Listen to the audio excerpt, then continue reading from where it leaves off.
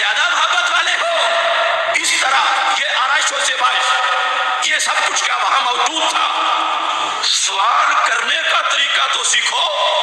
امام ذہبی نے موجم شیوخ ذہبی میں ایک بات لکھی کہ امام احمد بن حنبل سے پوچھا گیا کہ اگر رسول اکرم صلی اللہ علیہ وسلم کی قبر شریف تک بندہ پہنچ جائے تو کیا ہاتھ لگا لے پیار سے.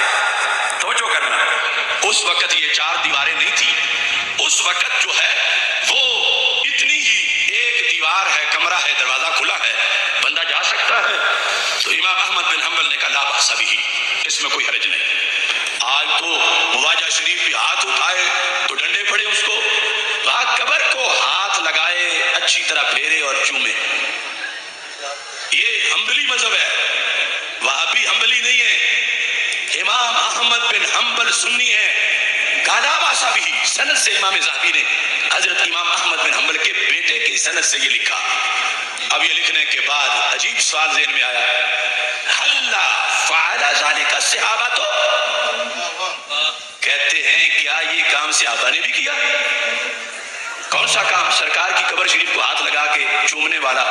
کہ اگر کوئی پوچھے کیا یہ کام صحابہ نے بھی کیا تو اس کی دلیلیں علیحدہ ہیں کہ صحابہ نے بھی کیا.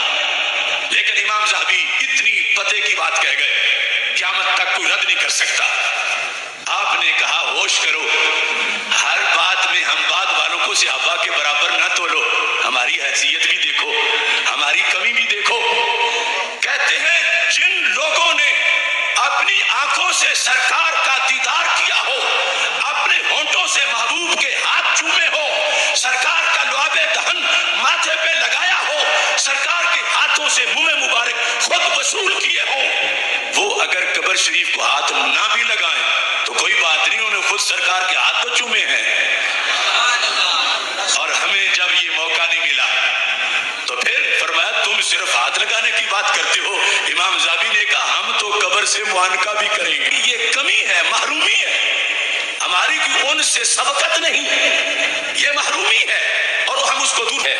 خزاں کے بعد تو آج تک کبھی ایسا بھی ہوا یہ بڑی عمر کے بزرگ بیٹھے ہیں کہ بہار آئی ہو اور اس سال درختوں نے ناغہ کر لیا ہو کہ مہنگائی بڑی ہے پتے نہیں نکالتے، یا مفتی کو جواز کا فتویٰ دے تو پھر نکالے. آج تک جب بھی بہار آئی ہے تو درختوں نے بہار منائی ہے، کبھی ناغہ نہیں کیا. تو میرے بھائیو ایک بہار درختوں کی ہے تو ایک ان خوش بختوں کی ہے. درخت اپنی بہار مناتے ہیں، خوش بخت اپنی بہار مناتے ہیں. اور درختوں کی بہار کے وقت ہر درخت چھوٹا ہو یا بڑا، پوتا ہو یا درخت، وہ بہار میں شریک ضرور ہوتا ہے. تانا ہے کہ زندہ ہو اور بہار نہ بنائے. اگر پورے ماحول میں تمہیں ایک ٹنڈ منڈ نظر آئے جس پہ نہ کوئی پتا ہے، نہ کلی ہے، نہ ہریالی ہے، کچھ بھی نہیں، اپنے محروم انداز سے یہ بتا رہا ہے کہ بہار ہوتی تو مجھ پہ بھی ہوتی، چونکہ مجھ پہ نہیں تو بہار نہیں. جیسے وہ کہتا ہے عید ہوتی تو مجھے بھی پتا ہوتا، مجھے پتا نہیں تو عید نہیں. وہ ٹنڈ کہہ رہا تھا بہار ہوتی تو مجھ پہ بھی ہوتی، میرے گھر تو صفے ماتم ہے، میں کیسے بہار مان جاؤں. تو کیا بہار کی دلیل کمزور ہے؟ بہار کا حوالہ کمزور ہے؟ نہیں. تو پھر اس پہ کیوں نہیں قریب جا کے تھوڑا سا کھولے دو کہ بہار میں کوئی کمی ہے یا اس کا کوئی اندرونی پرابلم ہے. تھوڑا سا کھولے دو گی تو پتہ چلے گا بیچارہ بہار کیا مناتا، اس کی تو جڑیں ہی مری ہوئی ہیں. یہ کھوکھلا ہے، اس کو سینہ زمین سے فیض ہی نہیں مل رہا. ہم کسی سے جھگڑا نہیں کرتے مگر بہار کا سندیشہ ضرور دیتے ہیں.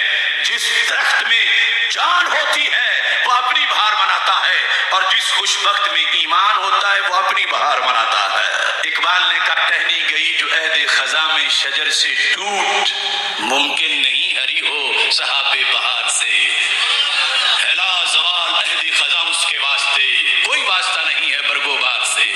ملت کے ساتھ رابطہ استوار رکھ، پیوستہ رہ شجر سے امید بہار رکھ.